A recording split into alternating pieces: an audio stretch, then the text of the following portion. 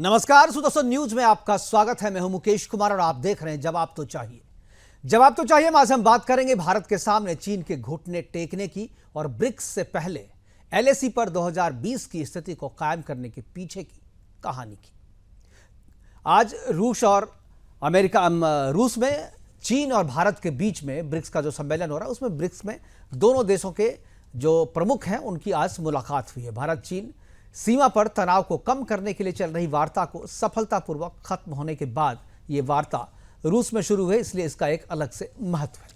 भारत और चीन दोनों सीमाओं पर दोनों ने डिसएंगेजमेंट के लिए राजी कर लिया है एक दूसरे को, और वो समझौता हो गया है। 2020 के डोकलाम विवाद के बाद से चीन ने सीमा पर अपनी अतिरिक्त टुकड़ी भेजने के साथ साथ गश्त भी बढ़ा दी थी, जिसका भारत ने विरोध किया था और विरोध में जवाब देते हुए अपनी ओर से भी सेना की अतिरिक्त टुकड़ियां वहां पर भेज दी थी। और तभी से ही दोनों देशों के बीच में तनातनी चल रही थी और जो ओरिजिनल 2020 वाली स्थिति थी, इसको बहाल करने के लिए लगातार वार्ताओं का दौर चल रहा था, लेकिन वो अभी तक किसी रिजल्ट पे आकर के नहीं रुक रहा था। चीन की हेकरी के कारण यह समाधान नहीं निकल रहा था, लेकिन अब चीन की हेकरी निकल गई है और वह अपनी सेना को वापस बुलाने के साथ साथ 2020 वाली स्थिति पर भी राजी हो गया है। चीन का यह हृदय परिवर्तन एकाएक या रातों रात नहीं हुआ है, यह भारत की बढ़ती शक्ति और मजबूत विदेश नीति के कारण संभव हो सका है। रूस में 2022-23 अक्टूबर को, यानी आज और कल, जो ब्रिक्स के शिखर सम्मेलन हो रहा है, उसमें शामिल होने के प्रधानमंत्री पहुंच गए हैं वहां पर, और दोनों नेताओं की वहां पर आज मुलाकात भी हो गई है। अभी आज से थोड़ी देर पहले दोनों नेताओं की मुलाकात हुई है। भारत के विदेश सचिव विक्रम मिस्री ने प्रेस कॉन्फ्रेंस में यह घोषणा की कि पिछले कई हफ्तों से भारत और चीन के बीच राजनयिक और सैन्य स्तर पर वार्ताओं का यह नतीजा है कि डिसएंगेजमेंट पर समझौता हो पाया है। भारत चीन के रिश्ते पर नजर रखने वाले कुछ जानकारों की अगर माने तो उनका कहना है कि अतीत में भी चीन के साथ ऐसे समझौते हुए हैं, लेकिन उसके बाद चीन की ओर से आक्रामकता सामने आई है, यानी चीन जो है समझौते को तोड़ दिया है, समझौते पर अमल नहीं किया है। हालांकि इस समझौते से जुड़ी विस्तृत जानकारी अभी तक सार्वजनिक नहीं की गई है, दोनों में से किसी भी देश ने अभी तक से सार्वजनिक नहीं की है, और चीन की तरफ से अभी अभी यह बयान आया है कि दोनों ने डिसएंगेजमेंट के लिए एग्री कर लिया है। लेकिन कुछ जानकारी से संबंधों को सामान्य करने की दिशा में एक अहम कदम मान रहे हैं। मॉस्को में होने जा रहे ब्रिक्स सम्मेलन में चीन के राष्ट्रपति शी जिनपिंग और प्रधानमंत्री मोदी की जो मुलाकात हुई है, वह भी इस दिशा में एक महत्वपूर्ण डेवलपमेंट है। और इस मुलाकात से पहले ये जो डिसएंगेजमेंट का जो फैसला है, उसको उसी से जोड़ कर देखा जा रहा है। मिली जानकारी के मुताबिक इस मुलाकात की पहल जिनपिंग की तरफ से हुई थी, और आज अपने प्रोग्राम में हम यही बात करेंगे कि क्या एलएसी पर चीन के साथ डिसएंगेजमेंट का समझौता भरोसे के लायक है? क्या चीन इस समझौते पर कायम रहेगा, या जैसा कि उसका इतिहास है चीन का, उस पर वो पीछे हट जाएगा, या बीच बीच में अपना जो एग्रेसिव अपना रुख है उसका वो दिखाता रहेगा? क्या चीन के पीछे जाने के पीछे कोई चाल है? क्या यह समझौता भारत की बढ़ती शक्ति और सफल विदेश नीति का नतीजा है? क्या ब्रिक्स में जिनपिंग और मोदी की मुलाकात के पीछे पुतिन है? और क्या अब रूस, चीन और भारत जो है वो एक अलग गुट बना रहा है, या इन दोनों के करीब, इन तीनों देशों के करीब आने से क्या रूस जो है अमेरिका को चुनौती देने के लिए या अमेरिकी चुनौती से निपटने के लिए रूस, चीन और भारत के करीब लाकर के अपना दबदबा बढ़ाना चाहता है? करेंगे चर्चा, और चर्चा को आगे बढ़ाने के लिए हमारे साथ कुछ मेहमान हैं, उनसे भी आपका हम परिचय करवाएंगे, लेकिन पहले एक रिपोर्ट देखते हैं, रिपोर्ट के बाद चर्चा की। और विक्रम मिस्त्री जी ने जो घोषणा, जो दोनों डिसएंगेजमेंट की घोषणा की थी, क्या था, एक बार उन्हीं की जुबानी सुनते हैं। प्रेस कॉन्फ्रेंस में उन्होंने क्या कहा था, एक बार को सुनवाते हैं, फिर उसके बाद मेहमानों से परिचय करवाएंगे। Now, as a result of the discussions that have taken place over the last several weeks, an agreement has been arrived at on patrolling arrangements along the line of actual control in the India-China border areas, and this is leading to disengagement and eventually a resolution of the issues that had arisen in these areas in 20. तो 2020 वाली स्थिति जो है वो फिर से रहेगी। दोनों देशों ने डिसएंगेजमेंट पे जो है वो एग्री हो गए और ये समझौता आगे बढ़ेगा। लेकिन चीन इस समझौते को कितने दिनों तक मानता है, जैसा कि कैरेक्टर रहा है चीन का, उसको देखते हुए, और जो जानकार हैं वो बताते हैं कि चीन ऐसा करता है, लेकिन पहले के भारत और अब के भारत में फ़र्क है। ऐसा कर पाएगा, नहीं कर पाएगा? हमारे विशेषज्ञ, हमारे पैनलिस्ट हैं, मैं उनसे जानना चाहूँगा। और अपने पैनलिस्ट से सबसे पहले आपको परिचय कराऊँ। Retired colonel TPS Tyagi ji हमारे साथ हैं, रक्षा विशेषज्ञ के तौर पे। स्वागत है आपका। अमित तिवारी जी हमारे साथ कांग्रेस के प्रवक्ता के तौर पे हैं, और प्रोफेसर विदु रावल बीजेपी के प्रवक्ता के तौर पे हैं, और सुधीर सिंह जी जो विदेश मामलों के जानकार हैं। हमारे साथ मंजू सेठ भी जुड़ेंगी, पूर्व राजदूत रही हैं, थोड़ी देर के बाद जुड़ेंगी, उनसे भी हम चर्चा करेंगे। लेकिन चर्चा की शुरुआत जो है मैं आज टीपीएस त्यागी जी से करना चाहूँगा। टीपीएस त्यागी जी, आपसे बहुत बार इस तरीके की चर्चा हुई है, चीन को लेकर के बहुत बार बात हुई है और आपने बड़ी बेबाकी से चीन के बारे में बताया है। आज जो यह डेवलपमेंट हुआ है, आज हालांकि देखिए मोदी और जिनपिंग की मुलाकात भी हो गई वहाँ पे, क्या आपको लगता है कि इस मुलाकात के लिए या ब्रिक्स में जो दोनों नेता मिलने वाले थे उसको देखते हुए ये सारी चीज़ें हुई है, या सही में कुछ अंदर खाने हुआ है? देखिए, हो तो दोनों बातें सकती हैं, जी लेकिन जो आपने पहले कहा वो ज्यादा लाइकली है। जी इससे पहले जब डोकलाम में एक आमने सामने हमारे और चाइना के सिपाही के आपसी मुठभेड़ हो गई थी और बहुत दिनों तक वो मुठभेड़ चली थी, तब चाइना ने अपना डोकलाम में सड़क बनाने का प्रोजेक्ट खुद होके बंद कर दिया था, क्योंकि उसके बाद वो एक मीटिंग में आने वाले थे और नरेंद्र मोदी से मिलने वाले थे। 2017 की बात है, 2017 के ब्रिक्स सम्मेलन से, ब्रिक्स ही था शायद वो। ब्रिक्स ही था। हाँ, तो हाँ, अब मैं कहना ये चाह रहा हूँ कि कोई भी राष्ट्राध्यक्ष जब किसी इंटरनेशनल ऐसे समिट प्लेटफॉर्म के ऊपर जाता है तो वो अपनी इमेज को ठीक करने की कोशिश करता है। चाइना की इमेज दो तरह की है। पहली बात तो ये कि उस पर यकीन नहीं किया जा सकता, और दूसरी ये कि वो एक्सपेंशन यानी कि विस्तारवाद का काम करता है, जो उसने फिलीपींस के साथ किया, मलेशिया, इंडोनेशिया, वियतनाम, ब्रुनई के साथ किया, साउथ चाइना सी में किया। उस इमेज को थोड़ा डाइल्यूट करने के लिए उसने हिंदुस्तान के साथ जो बॉर्डर डिस्प्यूट चल रहा था उसको कम करने के लिए इस बात को माना। लेकिन इसे हम केवल ये नहीं कह सकते कि ये चीन ने माना। दरअसल इसमें एक बड़ी मेहनत और रोल है हमारे एक्सटर्नल अफेयर्स मिनिस्टर जयशंकर जी का। जयशंकर जी चीन में एम्बेसडर रहे हैं 4 साल, और वो वहाँ के लोगों के, वहाँ के अधिकारियों के, वहाँ के नेताओं के बारे में जानकारी रखते हैं।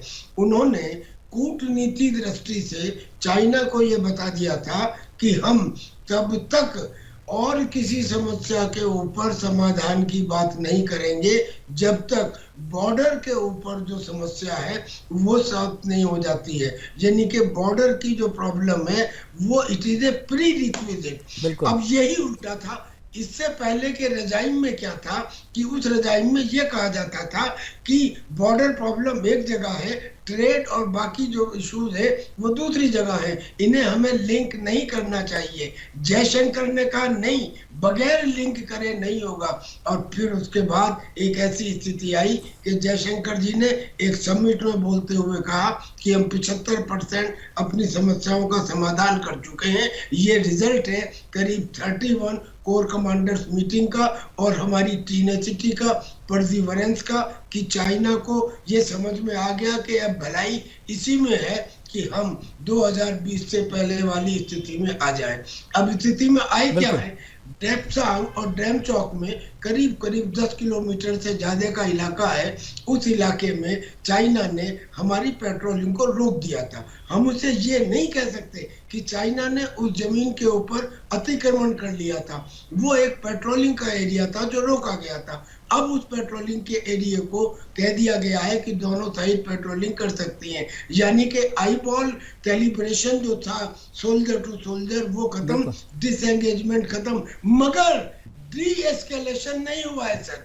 डी एस्केलेशन यानी कि हमारी फोर्सेस का वापस बैरक्स में आ जाना वो अभी नहीं हुआ है। मतलब त्यागी साहब, त्यागी जी ये कह सकते हैं कि स्थिति तनावपूर्ण लेकिन नियंत्रण में है। कम तनावपूर्ण जो ऑफिशियल लैंग्वेज, जो अक्सर ऑफिशियल लैंग्वेज में होता है कि तनावपूर्ण लेकिन नियंत्रण में है।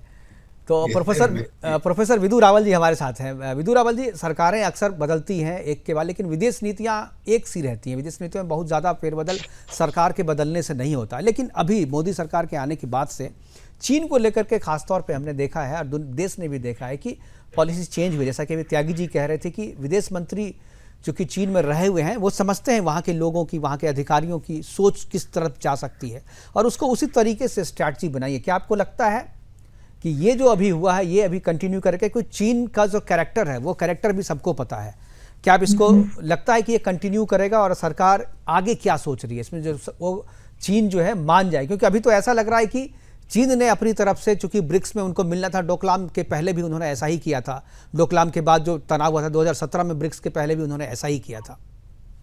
प्रोफेसर साहब,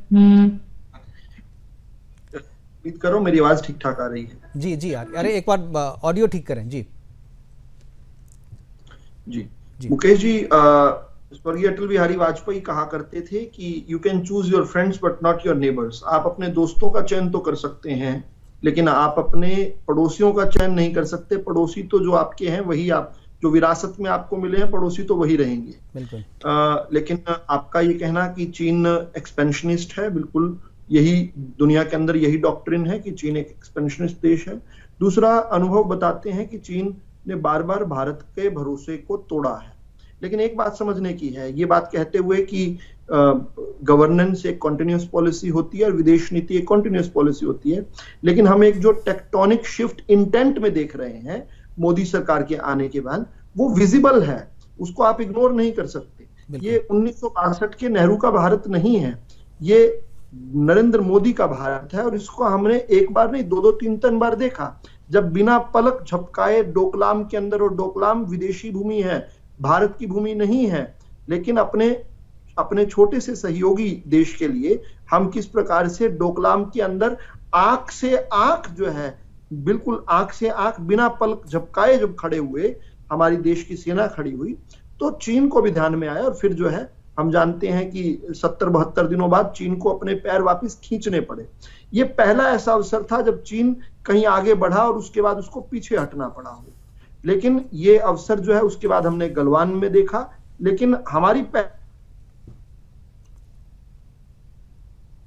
विदु रावल जी, आपकी आवाज डिस्टर्ब हो रही है, मुझे लगता है कि फ्रीज हो गया है। एक बार मैं अमित जी के पास जाऊंगा। विदु जी, मेरी आवाज आ रही है? जी जी, अब आ रही, कंटिन्यू करें प्लीज। हमारी पहले दिन से ये मांग थी कि 28 अप्रैल 2020 से पहले वाली जो स्थिति है वो यथास्थिति फिर से कायम हो। और हमारी दूसरी मांग थी कि पहले जो कि नो मैंस लैंड है, जिसमें ना भारत जा सकता था, 1962 के बाद जो एक नो मैंस लैंड विवादित एरिया बन गया था, जिसमें हमने ये तय किया था कि ना हम उसमें जाएंगे, केवल पेट्रोलिंग करेंगे, परमानेंट स्ट्रक्चर्स नहीं बनाएंगे, ना चीन जाएगा। उस अगर जमीन पर अगर परमानेंट कुछ स्ट्रक्चर्स चीनी तरफ से बने थे वो हटाए जाएंगे और उसके बाद भारत की सेना जाएगी। ये दोनों की दोनों चीजों पर भारत अडिग रहा और आज 4 वर्षों बाद अपनी शर्तों पर भारत ने ये एक एग्रीमेंट अर्जित किया है। हम वही कह रहे थे, पहले दिन से यही मांग थी, हम मांग में 1 इंच पीछे नहीं हटे। हम अपनी पहली बार ऐसा भी हुआ 2016 के बाद कि हम बल्कि कहूंगा कि इतिहास में दूसरी बार ऐसा हुआ डोकलाम के बाद कि चीन कहीं आगे बढ़ा और उसके बाद बिना कुछ हासिल किए वापस जा रहा है। तो चीन को इसमें लेकिन विपक्ष तो विदु जी अभी भी, राहुल गांधी तो कहते हैं कि भाई चीन ने हमारी जमीन हड़प के रखी है। अभी तक डोकलाम पे चीन को मुंह की भारत को पीछे आना पड़ा था। अमित तिवारी जी, क्या इस कदम से कांग्रेस खुश है? राहुल गांधी आपके खुश हैं? देखिए मुकेश जी, बड़ी जिम्मेदारी के साथ कहते हैं कि जिस प्रकार से आज आप भी जिस पर चर्चा कर रहे हैं और जिस पर प्रोफेसर विदु रावल जी चर्चा कर रहे हैं और हमारे सभी एक्सपर्ट चर्चा कर रहे हैं, जो आज एग्रीमेंट साइन जो अभी तक तो पब्लिशली नहीं आया है, लेकिन जो भी सूचनाएं मिल रही हैं, यही चीज तो हम इतने दिनों से कह रहे हैं। तब तो भारतीय जनता पार्टी से लेकर के उनका एक प्रबुद्ध वर्ग इस बात को मानने के लिए नहीं तैयार है कि चीन ने हमारे क्षेत्र में अतिक्रमण किया था। और अगर अतिक्रमण नहीं किया था तो मुकेश जी वो क्यों पीछे जा रहे हैं? यही तो बात है ना। हम ये बात कांग्रेस पार्टी बड़ी जिम्मेदारी के साथ कह रही है और यही बात कह रही थी कि प्रधानमंत्री जी कब चीन को भारत की भाषा में जवाब देंगे, कब उनसे ये बात कहेंगे? तब तो चीन भारत की भाषा तो अब राहुल गांधी खुश, अब राहुल गांधी खुश है। बिल्कुल। देखिए, देश के किसी भी मान सम्मान यहाँ पर भी बढ़ेगा। कांग्रेस पार्टी भारत के साथ है, भारत के साथ थी और भारत के साथ ही रहेगी। लेकिन इस बात को देश के लोगों के मध्य आंखों में धूल झोंकना और स्पष्ट कहना कि चीन ने किसी भी क्षेत्र में हमारे कब्जा नहीं किया था, ये गलत बात थी। मुकेश जी, आज आप ही इस बात को तथ्य के साथ दीजिए कि जिस मुद्दे पर 4 साल से हम और आप विषयांतर बात कर रहे थे, वो बातें गलत है ना। मैं विदु जी जवाब दे देंगे इसका, विदु जी जवाब दे देंगे। हमारे साथ पूर्व राजदूत मंजू सेठ भी जुड़ गई हैं, आपका भी स्वागत है मंजू जी। और लेकिन मैं अभी जाऊंगा सुधीर सिंह जी के पास। सुधीर सिंह जी सुन रहे हैं, विदेश मामलों के जानकार हैं और बहुत अच्छी समझ रखते हैं ऐसे मामलों पे। सुधीर जी, जिस तरीके से त्यागी जी बोल रहे थे, जो विदु रावल जी बोल रहे हैं, जो अभी कांग्रेस के प्रवक्ता हमारे अमित तिवारी जी बोल रहे हैं, मैं आपसे इन पे टिप्पणी के साथ साथ मैं ये भी जानना चाहूँगा कि क्या ये अमेरिका की चाल है, क्या अमेरिका भारत और चीन के साथ मिलकर के रूस की चाल है, जो कि रूस चीन और भारत के साथ मिलकर के अमेरिका पे दबाव बनाना चाहता है? क्या इसका कनाडा वाला जो चल रहा है मसला, इससे कोई संबंध है? क्या भारत ने ये रास्ता सही में चुना है? क्या भारत इस बात को समझते हुए आगे बढ़ रहा है? जरा सा आप अपनी समझ से बताएं कि ये सब क्या हो रहा है और इसको किस तरीके से लिया जाए। मुकेश जी, ये आपने कही एक सवालों में सवाल किया। पहले तो ये दो राष्ट्रीय पार्टियों के प्रवक्ता हैं, इनको जिम्मेवारी के साथ बहस करनी चाहिए। बिल्कुल। बहस में ये बहुत संवेदनशील मामला है, इस पे पार्टी दलगत मामलों से ऊपर उठ के सोचना चाहिए। 1962 का हमला कब हुआ था, बाद में क्या हुआ, तो सारी पार्टियों के समय में कुछ न कुछ हुआ और गलतियां हुई। ये सब तो ऐतिहासिक तथ्य है, इस पर चर्चा आज करने का कोई मतलब नहीं है। बिल्कुल। लेकिन पार्टियों को जिम्मेवारी के साथ करना चाहिए, दलगत राजनीति से ऊपर की चीज है। जहां तक रूस की बात है कि रूस ने क्या भूमिका अदा करी, तो निश्चित तौर पर राष्ट्रपति पुतिन आज खुश हुए होंगे कि जैसे ब्रिक्स सम्मेलन में प्रधानमंत्री कजान पहुंचे वैसे ही ये अनाउंसमेंट हुआ कि डिसएंगेजमेंट हुई है। लेकिन मैं एक बात साफ बताऊं कि अमेरिका का इससे कोई लेना देना नहीं है। अमेरिका में भी चुनाव हो रहा है। ये जो कनाडा प्रकरण है, ये अमेरिका भारत संबंधों को हिलाने में सक्षम नहीं है, बहुत आगे बढ़ चुका है। और वॉशिंगटन और नई दिल्ली में कांग्रेस पार्टी और बीजेपी में इधर और रिपब्लिकन और डेमोक्रेट में उधर एक आम सहमति है कि भारत और अमेरिका के बीच जो है लंबी मतलब सहमति है, सामरिक सहमति है। नरसिंह राव जी जब 1992 में गए थे वॉशिंगटन, उस समय से ये चल रहा है और आज के डेट में बहुत महत्वपूर्ण हो रहा है। बिल्कुल। ऐसा लगता है कि राष्ट्रपति ट्रंप शासन में आ रहे हैं, चुनाव अब कुछ दिन बाकी है अमेरिका के अंदर, तो चीन में बहुत अरफातरफी है। क्योंकि आप देखिए कि चीन की आर्थिक हालत बहुत खराब होती जा रही है, उसके मुद्रा भंडार कमते जा रहे हैं, इन्वेस्टमेंट में भी समस्या है, बैंकिंग की सभी समस्या है, करोड़ों मकान बन के चीन में रखे हुए हैं, अलॉटमेंट नहीं हो रहा है, पैसा फंसा हुआ है, बिल्डर सुसाइड कर रहे हैं, बहुत सारी समस्याएं चीन के साथ है। फिर आप देखिए कि साउथ ईस्ट एशिया में जो साउथ चाइना सी और ईस्ट चाइना सी है, इन दोनों पर बहुत प्रचंड तौर पर जो है संघर्ष चल रहा है चीन और उनके पड़ोसी देशों में। तो इन परिप्रेक्ष्य में जो है इसको हमको देखना चाहिए। मैं ये बात बहुत स्पष्टता से कहता हूं कि चीन पर विश्वास करने की कोई जरूरत नहीं है। बिल्कुल। चीन डिप्लोमेसी की भाषा भी तब समझता है जब उसको डंडे का डर होता। डंडे के डर के साथ ही चीन जो है डिप्लोमेसी की भाषा भी समझता है। बिल्कुल। क्योंकि चीन उस प्रचंड बर्बर जमींदार की तरह व्यवहार करता है जो ये मानता है कि रैयत जो है वो उनके मातहत हैं और उसके अतिरिक्त वो कोई व्यवहार नहीं कर सकते। बिल्कुल, बहुत ही सरल, बहुत ही आम भाषा में। जी फिर भी ये डिसएंगेजमेंट स्वागत योग्य है। हमारा व्यापार बहुत है, हम क्यों लड़ें। लेकिन एक चीज मुकेश जी अंडरलाइन कर लीजिए कि आपका भारत का अब पाकिस्तान से कोई समस्या नहीं है, पाकिस्तान बिल्कुल नहीं के बराबर है। मुझे जॉर्ज फर्नांडिस की वो बात याद आ रही है कि चीन, भारत का दुश्मन नंबर 1 जो है वो चीन है, ना कि पाकिस्तान। तो बिल्कुल आपने अभी हमारे पास ब्रेक लेने के लिए कहा जा रहा है। मंजू सेठ जी के पास मैं जाऊंगा, ब्रेक का वक्त है। छोटे से ब्रेक के बाद वापस आते हैं लौट के, तो मंजू सेठ जी से लेंगे कि राजनयिक हैं। अब कहा जा रहा है कि ये राजनयिक संबंधों से नहीं, सुधीर जी कह रहे हैं कि जब तक लाठी का डर नहीं होता है तब तक राजनयिक संबंधों के दबाव में भी चीन नहीं आता है। क्या है, ब्रेक के बाद आपका स्वागत है। और हम चर्चा कर रहे हैं कि मोदी ने LAC पर जो लाइन ऑफ एक्चुअल कंट्रोल है वहाँ पर डिसएंगेजमेंट के लिए दोनों देश जो राजी हो गए, भारत चीन, उस पर हम चर्चा कर रहे हैं। पूर्व राजदूत मंजू सेठ जी हमारे साथ जुड़ी हैं। मंजू जी, इस डेवलपमेंट को आप किस तरीके से देखती हैं? क्या ये राजनयिक जीत है, क्या हमारे विदेश नीति की जीत है, या ये समय की ज़रूरत आप मानते हैं कि अभी दोनों देशों के लिए ये ज़रूरी था इसलिए ऐसा किया गया? इसमें कोई बहुत ज़्यादा खुश होने की ज़रूरत नहीं, क्योंकि चीन जो है कब पलट जाए कोई ठीक नहीं। बिल्कुल सही कहा आपने, कब चीन पलट जाए कह नहीं सकते हैं। और बिल्कुल ये सभी की जीत है actually in one way, diplomacy की भी और जो मिलिट्री टॉक्स चल रहे हैं उसकी भी, सब मिला के और इस वक्त जो ब्रिक्स समिट हो रहा है उससे पहले भी रूस भी चाहेगा, चीन भी चाहेगा, भारत भी चाहता है कि वहाँ पे सब जो उसका ब्रिक्स का आउटकम है वो पॉजिटिव रहे। और अगर चीन और इंडिया की, भारत की जो संबंध है अच्छे नहीं होंगे तो वहाँ पे उसको इम्पैक्ट कर सकता है वहाँ का आउटकम। तो एक तो ये बहुत जरूरी है कि हम इसको, और हम बहुत दिनों से कोशिश कर रहे हैं कि इस पे थोड़ा सा कोई एक समाधान निकले।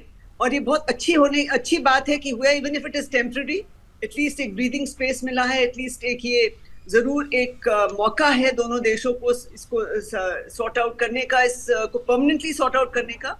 लेकिन बिल्कुल चीन पे हम भरोसा नहीं कर सकते, क्योंकि चीन देखेगा उसका इंटरेस्ट क्या है, उसके बाद ही वो कोई भी एक्शन लेता है। उनको लगा कि इस वक्त उनके इंटरेस्ट में है कि इसको सॉर्ट आउट करें थोड़ा बहुत, और टॉक्स तो चल ही रही हैं बहुत दिनों से, और एक ये ऑन द ग्राउंड कैसे इम्प्लीमेंट करते हैं ये भी देखना बाकी है। क्योंकि इन्होंने अब मान तो गए हैं कि हम ये करेंगे वो करेंगे, लेकिन एक्चुअली वो पेट्रोलिंग वापस अलाउ करते हैं बिल्कुल, और सब अपना विड्रॉल जो कह रहे हैं, ट्रूप्स को थोड़ा पीछे हटेंगे, और जो बफर जोन है उसको क्रिएट करेंगे नहीं करेंगे, और जो फ्रीडम है पेट्रोलिंग की दोनों तरफ रिस्टोर होती है कि नहीं, वो भी देखना बाकी है। लेकिन हमको ये भी याद रखना चाहिए, जिस तेजी से चीन ने अपना इंफ्रास्ट्रक्चर सारा तैयार कर दिया है LAC के अलोंग, सारे LAC के अलोंग इंक्लूडिंग इन लद्दाख, तो ये एक हमारे लिए चिंता की बात है। और हमने भी अपना बढ़ा लिया बहुत सारा, लेकिन अभी भी हम उनके मुकाबले आई थिंक वहाँ नहीं पहुंचे हैं। लेकिन ये जो एक डेवलपमेंट है इस वक्त बिल्कुल एक पॉजिटिव डेवलपमेंट है, और उसे हम वेलकम करते हैं, लेकिन और करना भी चाहिए सभी को। लेकिन कितना परमानेंट है और कब क्या हो जाए, वो भी हमें थोड़ा कॉशियस रह के आगे चलना है कि ये आगे चल के we should not be taken by surprise. एक ये मेरा मानना है कि हमें ये याद रखना पड़ेगा। और जो इकोनॉमिक हमारे जो संबंध हैं इस वक्त उनके फेवर में है, और चीन चाहेगा कि हमेशा उनका पलड़ा हाई रहे, हेवी रहे और उनकी तरफ रहे, और तब वो नेगोशिएट करते हैं। और उनको पता है कि अगर ज्यादा उन्होंने इस वक्त प्रेशर डाला इंडिया पे, तो इंडिया जो बोल रहा है कि हम टैरिफ्स बढ़ाएंगे एक्सेट्रा, तो उसकी बहुत एक रियल पॉसिबिलिटी है, तो वो अवॉइड करना चाहेंगे, क्योंकि अपने ट्रेड को वो नहीं अफेक्ट होने देना चाहेंगे इंडिया के साथ। मंजू जी, क्या आपको लगता है ये जो डिसएंगेजमेंट का फैसला दोनों देशों ने लिया, क्या इसमें रूस की कोई भूमिका आप देखते हैं? हो सकता है बैकग्राउंड में उन्होंने इनकरेज किया हो कि दोनों, और चीन को खासकर, कि आप इसको कोई समाधान निकालिए, क्योंकि इंडिया हमारा एक अच्छा फ्रेंड है और हम चाहेंगे कि आप समाधान निकालिए, और ये जो ब्रिक्स की मीटिंग है उस पर कोई भी इसका असर ना हो सकता है पीछे भूमिका प्ले की हो उन्होंने, क्योंकि हाल ही में उन्होंने कहा भी था कि पीएम मोदी की लीडरशिप बहुत अच्छी है और जरूरी है वर्ल्ड के लिए, वर्ल्ड पीस के लिए एक्सेट्रा। तो हो सकता है उन्होंने चीन से भी थोड़ा सा बातचीत की हो। हालांकि चीन और रूस के जो संबंध हैं उसमें चीन का ही एक सीनियर पार्टनर जैसे कहते हैं, वो कहा जा सकता है उनको। तो कितना वो सुनेंगे रूस की बात, ये अगेन सर्टेनिटी के साथ नहीं कह सकते, लेकिन बिल्कुल पीछे संभावना है कि पीछे बैकग्राउंड में इन्होंने कोई अपना रोल प्ले किया। बिल्कुल बिल्कुल। हमारे साथ जुड़ने के लिए थैंक यू। आपके पास समय की कमी है और आपने कहा था कि मैं 10 मिनट के लिए जुड़ूंगी। हमारे साथ जुड़ने के लिए थैंक यू मंजू जी। अब वापस मैं एक बार जो है TPS त्यागी जी के पास जाना चाहूँगा। TPS जी, त्यागी जी, ये जो चीज़ें हो रही हैं अभी ब्रिक्स को लेकर के, लोग देख रहे हैं उस संदर्भ में कि शायद ब्रिक्स को लेकर के रूस ने ये किया होगा, और अगर कहते हैं कि नहीं चीन कभी भी पलट सकता है, अगर चीन पलटेगा तो क्या करेगा? क्या फिर से वो डोकलाम वाली स्थिति आ सकती है वहाँ पे? देखिए, मैं पहले आपको ये बताऊं कि जब रूस के प्रेसिडेंट चाइना के प्रेसिडेंट से मिलने गए थे तो उनका एक जॉइंट स्टेटमेंट आया था। वो ये था कि हमारी अनलिमिटेड फ्रेंडशिप तो है ही, हम एक न्यू इरा ऑफ पार्टनरशिप में आज जुड़ रहे हैं। न्यू इरा ऑफ पार्टनरशिप का मतलब new world order. New world order का मतलब कि अमेरिका के डॉलर की दादागिरी को खत्म करना। उसके लिए क्या ये पॉसिबल है कि चीन और रूस इस काम को बगैर हिंदुस्तान के कर पाए? हिंदुस्तान बेशक चाहे अमेरिका के साथ हो, लेकिन रशिया की फ्रेंडशिप है, और रशिया दोस्ती के लिए और हिंदुस्तान मानवता के लिए जाने जाते हैं। लिहाजा बहुत मुमकिन है, और जैसा मैडम ने भी कहा कि रशिया की तरफ से ये बात आई हो। ये तो एक बात हो गई। दूसरी बात ये कि चाइना केवल फोर्स की भाषा समझता है। 1967 में बाढ़ लगाने के ऊपर, बारबेड बाढ़ की बाढ़ लगाने के ऊपर एक कॉन्फ्लिक्ट हुआ था। उस समय के जो हमारे मिलिट्री कमांडर थे, उन्होंने इतना स्टर्न एक्शन लिया कि हमारे 100 लोगों की मौत हुई, मगर उनके 1300 लोगों को मार दिया गया। उसके बाद बहुत दिनों तक चाइना खामोश रहा। अब उसके बाद डोकलाम के अंदर ये काम किया गया, उसके बाद गलवान में किया गया, फिर तवांग में किया गया। ये तीनों टाइम के अंदर हिंदुस्तान ने बाकायदा सामना किया, सलामी स्लाइसिंग नहीं होने दी, जैसे पहले की सरकारों में होता था कि चाइना अंदर आता था, 4 कदम आता था, 2 कदम पीछे हटता था, 2 कदम जमीन उसके पास आ जाती थी। आज अगर 3500 किलोमीटर की सरहद पर 65 फ्रिक्शन पॉइंट है, तो ऐसा नहीं है कि केवल चाइना का परसेप्शन हमारी तरफ है, हमारा भी परसेप्शन चाइना की तरफ है। तो ये नहीं कहा जा सकता कि ये केवल चाइना की ही दादागिरी थी।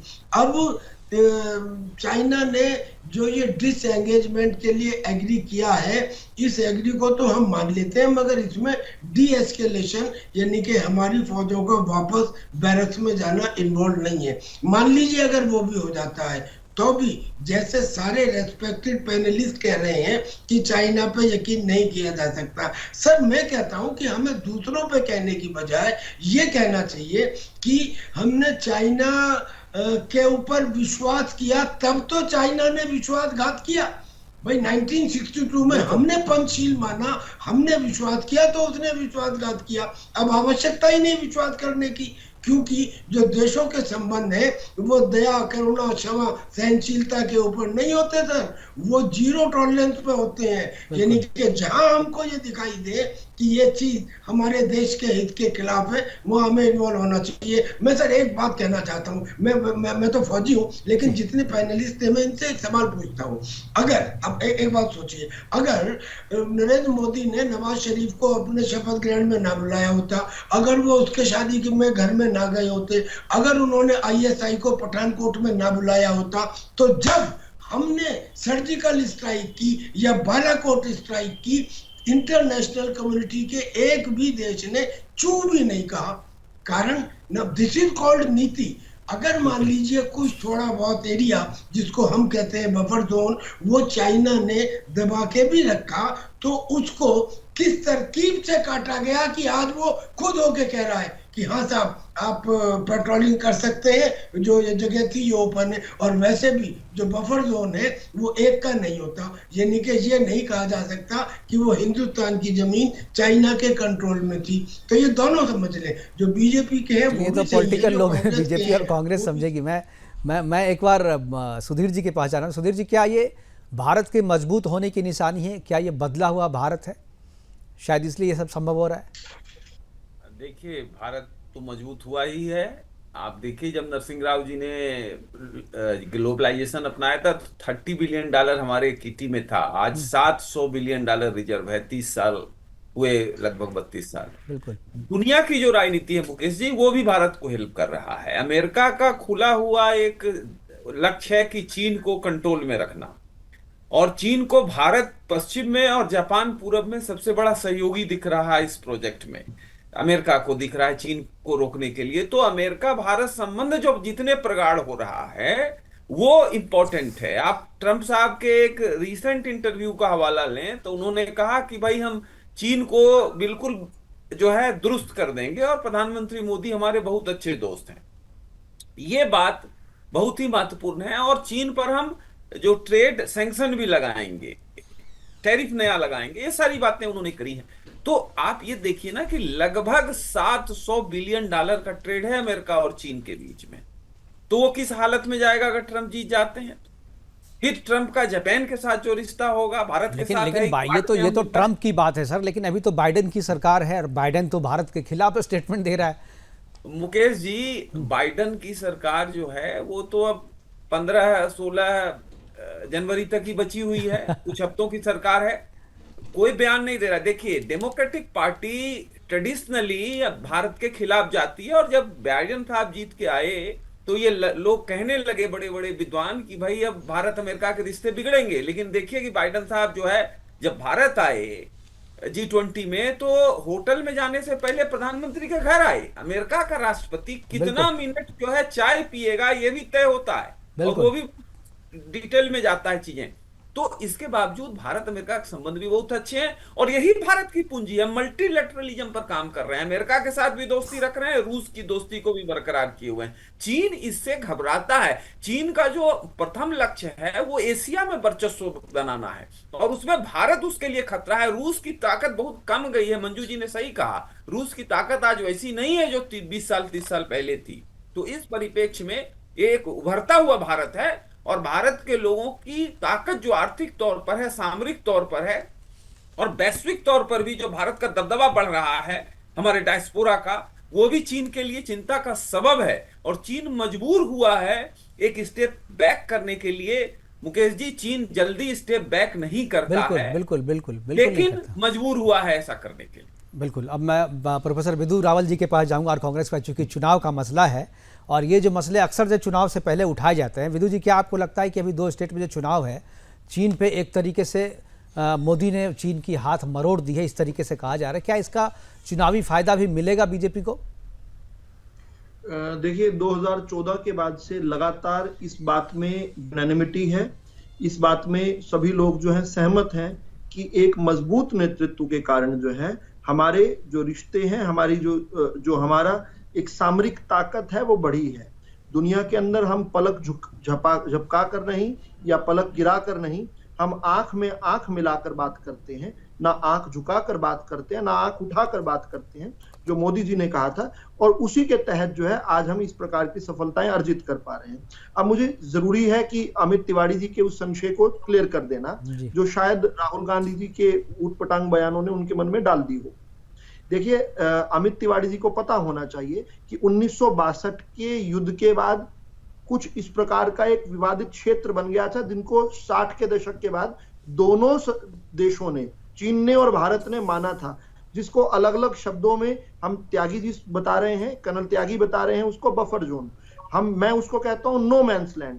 कोई उसको विवादित क्षेत्र कहेगा, कोई उसको पेट्रोलिंग एरिया कहेगा। अमित तिवारी जी, वो भारत का हिस्सा नहीं है, वो चीन का भी हिस्सा नहीं है। अब तो अरुणाचल को भी भारत करना कहो तो कोई फर्क नहीं पड़ता है ना, आपके लिए तो कुछ भारत है ही नहीं, आपके लिए तो भारत है। यार क्यों इस बात को एक्सेप्ट नहीं करते हो? इस बात पर आज मोहर लगी ना कि अरुणाचल के अंदर चीन का अतिक्रमण था, वही तो अतिक्रमण वो पीछे लेकर के जाएगा। इसको गोल गोल जलेबी बनाने की आवश्यकता नहीं है। तिवारी जी अब सुन तो लीजिए, आप लोग नहीं समझ पाएंगे तो हमारे सुधीर सिंह जी हैं और टीपीएस त्यागी जी हैं, समझा देंगे आपको, पहले सुन तो लीजिए। अभी त्यागी जी ने कहा कि स्पष्ट तौर पे ये हुआ है कि उन्होंने कुछ कब्जाया है अरुणाचल में, उन्होंने कब्जा किया है। तो इस बात को तो हमारी पार्टी, हमारा नेतृत्व कह रहा है कि ना देश इस पर स्टैंड कब लेगा, क्योंकि सरकार भारतीय जनता पार्टी की है, तो सदैव स्टैंड भारतीय जनता पार्टी को लेना पड़ेगा। बोलते रहेंगे तो ऐसे तो बात नहीं बनेगी ना। आप अपने समय क्या बोलेंगे और आपको कैसे मैं बोलने दूंगा अगर आप मुझे बोलने नहीं देंगे तो। जी बोलिए अब अमित जी आप सुनिए केवल जी। देखिए, फिर से या तो खुद भ्रमित है या ये भ्रम फैलाना चाहते हैं। लाइन ऑफ एक्चुअल कंट्रोल और जो चाइनीज बॉर्डर है, दोनों के बीच में एक बफर लाइन है। उस बफर लाइन पर केवल पेट्रोलिंग की अनुमति। छोटा सा स्टेटमेंट बस इतना बता दीजिए, क्या चीन ने अरुणाचल के अंदर जमीन को भारत की कब्जाया है कि नहीं कब्जाया है? क्या उसने इंफ्रास्ट्रक्चर नहीं कब्जाया है? ऐसा कुछ भी नहीं कब्जाया है, कुछ भी नहीं कब्जाया है सर। छोटा सा स्टेटमेंट दे दो, बताओ ना। यही तो बात है कि आज पूरा विश्व, पूरा देश इस बात को कह रहा है कि चीन ने भारत के अरुणाचल के अंदर आसपास अपना इंफ्रास्ट्रक्चर बढ़ा लिया है, भारत की जमीन को अपने हाथकंडे अपना लिया, और आज वही तो समझौता हुआ है कि वो पीछे जाएगा। तो इसको गोल घुमाने की आवश्यकता नहीं है। चीन पीछे जा रहा है, ये भारत के लिए हर्ष का विषय है, लेकिन भारतीय जनता पार्टी, चलिए आप लोग अपनी अपनी राजनीति के चक्कर में जो असलियत है, जो असल स्थिति है, उससे पीछे, मेरे ख्याल से समय हो रहा है प्रोग्राम को खत्म करने का। लेकिन मैं इस पे चाहूंगा एक बार सुधीर जी जो है स्थिति को साफ कर दें, तो मेरे दर्शक भी जो है वो भी समझें। सुधीर जी, क्या है एक्चुअल स्थिति? कांग्रेस जो कह रही है वो सही है, या आपको लगता है जो बीजेपी कह रही है वो सही है? देखिए, मैंने पहले भी कहा था कि इनको बहुत ही दलगत नहीं बनाना चाहिए, बहुत सेंसिटिव इशू है। बीच के हिस्से होते हैं जो बहुत, देखिए, डिमार्केटेड नहीं है, बिल्कुल है ना, बिल्कुल लाइन क्लियर नहीं है। एक लाइन है जो प्रतीकात्मक है, कभी वो कहते हैं ये इधर आगे बढ़ गया, कहीं हम चीनी अखबार पढ़िए, वो कह रहे हैं कि भारत ने कब्जा कर लिया हमारा। तो इस तरह से है, कुछ जगह पर वो आ जाते हैं और हमारी सेनाएं हटाती हैं। डोकलाम में तो हम घुस के भूटान के जमीन को हमने खाली कराया। मतलब आप तो ये वो कह रहे हैं उसको कि क्या चीन कहा के जाए? जो राहुल गांधी हैं वो कहते हैं कि भारत ने जमीन कब्जा लिया है, भारत के मुकेश जो राहुल जी- गांधी वो कहते हैं चीन ने कब्जा कर लिया है। मुकेश जी, कांग्रेस पार्टी को बहुत ही विचार करना चाहिए, इंट्रोस्पेक्शन करना चाहिए कि राष्ट्र हित के मुद्दों पर बहुत ही सोच समझ के बोलना है। उसका कोई राजनीतिक फायदा नहीं मिलता है। बिल्कुल। चुनाव के परिणाम ये बात दिखा रहे हैं लगातार। तो उनको एक सिर्फ अटैकिंग मोड में नहीं बल्कि जिम्मेदारी के साथ बात करनी चाहिए। विपक्ष का काम विरोध करना जरूर है, लेकिन जिम्मेदारी के साथ करना है। बिल्कुल बिल्कुल, और राष्ट्रहित जो है सर्वप्रथम होना चाहिए। हमारे साथ जुड़ने के लिए सुधीर जी आपका, कर्नल टीपीएस त्यागी जी आपका, अमित तिवारी जी आपका, और प्रोफेसर विदु रावल जी आपका, और हमारे साथ जो मंजू सेठ जी जुड़े थे उनका भी बहुत बहुत धन्यवाद। इस महत्वपूर्ण चर्चा में आप लोगों ने हिस्सा लिया और अपनी अपनी बातें हमारे दर्शकों के साथ साझा किया। और जिस तरीके से आज एलओसी पे दोनों चीन और भारत दोनों ने अपने डिस्क्लेरेशन के लिए जो है रजामंदी कर दी है, वो कहीं ना कहीं भारत की जीत है। ये भारत की बढ़ती हुई शक्ति का जो है प्रतीक है कि दोनों सेनाएं आपस में अपने अपने जगह पर चली गई है। 2020 की जो स्थिति थी उसी स्थिति पर कायम है, और बीच का बफर जोन जो है वो उसी तरीके से है जैसा पहले था। जैसा कि कांग्रेस कह रही कि नहीं, कब्जा किया हुआ था और कब्जा से पीछे, वैसा कुछ भी नहीं है। बफर जोन होता है बीच का एक जोन, जो ना जिसको नो मैंस लैंड भी कहीं कहीं कहते हैं, कहीं बफर जोन कहते हैं, और दोनों देश उस पर आते जाते हैं। और एक डिमार्केशन होता है कि आप यहाँ से आगे नहीं जाएंगे, आप यहाँ से आगे नहीं जाएंगे, कोई क्लियर लाइन जो है उसमें नहीं होती है। फिलहाल अभी के लिए इतना ही, दीजिए इजाजत, नमस्कार।